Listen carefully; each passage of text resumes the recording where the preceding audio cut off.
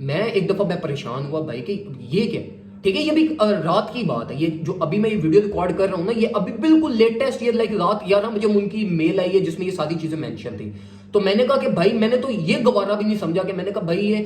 ان جیسی کمپنیوں کو، ان جیسے لوگوں کو لائک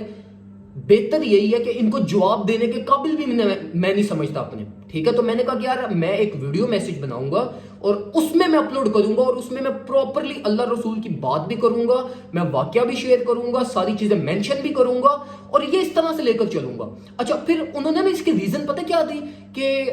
ہم کیوں یہ آپ کو کہہ رہے ہیں کہ آپ اللہ رسول کی بات نہ کرو. اس کی انہوں نے مجھے ریزن دی کہ بھائی آپ کا چینل اس طرح گرو نہیں کرے گا، آپ کو گروتھ بہت کم ملے گی. میں نے کہا بھائی مطلب میں نے یہ پڑھا نا تو مجھے ایک دفعہ اتنا افسوس ہوا کہ یار لائک یہ کیا، کس طرف ہم جا رہے ہیں، مطلب یہ کیسا پروپیگنڈا ہے بھائی کہ مطلب آپ اپنی اسلامک چیزوں کو مینشن نہیں کر سکتے. اب وہ جو لون کمپنی ہے نا، وہ کمپنی بھی ایسی ہے کہ لائک وہ سود پہ کام کرتی ہے، ٹھیک ہے. ایک یہ ریزن بھی مطلب ہو سکتے ہیں کہ اس وجہ سے وہ مجھے منع کر رہے ہیں، ٹھیک ہے. لیکن اور بھی بیک اینڈ پہ کوئی نہ کوئی ریزن ہوگی کہ بھائی وہ کہہ رہے ہیں کہ آپ نے اسلام کو مینشن نہیں کرنا. لائک یہ کہاں کی لاجک ہے کہ بھائی آپ کو تو ایم ہے کہ بھائی ہمارے ڈیڈیکیٹڈ آرگینک سارے ویورز ہیں، آپ کو ویور سے میٹر ہونا چاہیے، آپ کو تو اپنے کسٹمر سے میٹر ہونا چاہیے. اسلامک ہو نان اسلامک پوسٹ ہو، آپ کو اس سے کیا چیز ہے، یہ چیز مینشن کرنے کی کیا ضرورت ہے.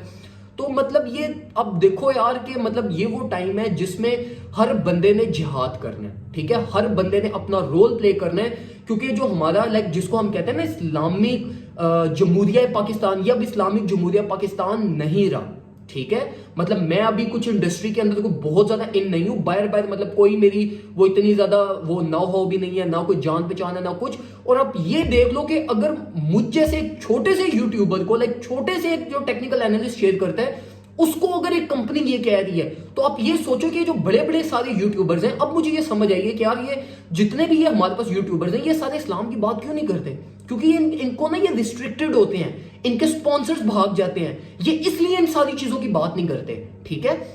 تو آپ نے یہ پبلک اویئرنیس دینی ہے بھائی کہ جو سپانسر یہاں پہ ہمیں یہ اس طرح کی کنڈیشنز امپوز کر رہے ہیں نا، کک دیم آف، ہمیں ان کی ضرورت ہی نہیں ہے. رزق اللہ کی ذات نے دینا ہے، ہمارا رزق اس کے ہاتھ میں، کسی سپانسر کے ہاتھ میں نہیں ہے، ٹھیک ہے. تو مطلب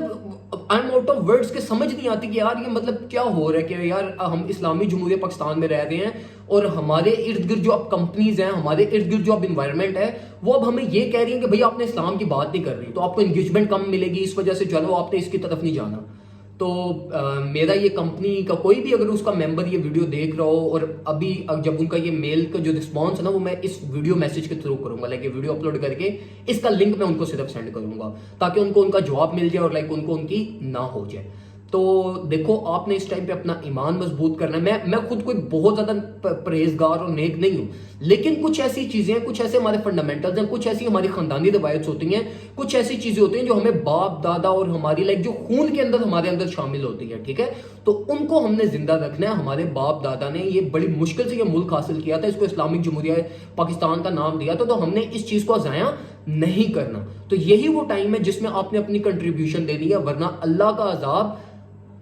مطلب یہ سمجھ لو کہ یہاں پہ کھڑا ہوا ہے، ٹھیک ہے. تو وہ چند ہی ایک نیک پرہیزگار لوگ ہیں جن کی وجہ سے یہ عذاب بچا ہوا ہے. اور یہ ٹرانسجینڈر بل اور یہ وہ فیل ہے کہ جس پہ سب کے اوپر آتا ہے، جو نیک امال والے ہیں ان کے اوپر بھی یہ اللہ کا عذاب آتا ہے. تو یہی وہ ٹائم ہے جس میں ہم نے اپنے آپ کو ڈفرینشیٹ کرنا ہے. ہم نے ان عناصر کو مارکیٹ سے نکال دینا، ان عناصر کو ہم نے پاکستان سے نکال دینا ہے جو یہ سارے ایسے فیل کو یہاں پہ امپوز کروانا چاہتے ہیں، انٹرنیشنل لابیز کو یہاں پہ لانا چاہتے ہیں، جو یہ ہمارے پاس کلٹس والا سسٹم ہو گیا، یہ ساری چیزوں کی یہ ہمارے لیے بلڈ نہیں ہے. ہم سارے اسلامی جمہوریہ پاکستان میں رہتے ہیں، تو ہمارا ایک ایم ڈفرنٹ ہے، ہمارا پرپس ڈفرنٹ ہے، ہمارا ایک لائک مینٹیلٹی ڈفرنٹ ہے، ہمارا ریلیجن ڈفرنٹ ہے، ہمارے ریلیجن کی لائک فنڈامنٹلز ڈفرنٹ ہے. تو ہم نے ان چیزوں کو فالو کرنا ہے. یہ چیزیں ہمارے لیے نہیں ہے، ٹھیک ہے. آپ نماز پڑھتے ہو نہیں پڑھتے، میرا اس چیز سے کوئی لینا دینا نہیں ہے، لیکن یہ میری ذمہ داری بنتی ہے ایز اے کمیونٹی کے میرے جو 2-4 ہزار میرے سبسکرائبرز ہیں، تو میری یہ فرض بنتا ہے بھائی کہ میں آپ لوگوں کو گائیڈ کروں کہ بھائی یہ وہ ٹائم ہے جس میں آپ نے اپنا رول پلے کرنا ہے اور آپ نے حضرت لوط علیہ السلام کی سنت کو آپ نے زندہ کرنا ہے،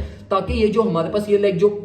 عناصر ہیں ان کو ہم نکال سکیں اور ہمارا نام بھی ان لوگوں میں آ سکے جنہوں نے اس ٹائم پہ جہاد کیا تھا.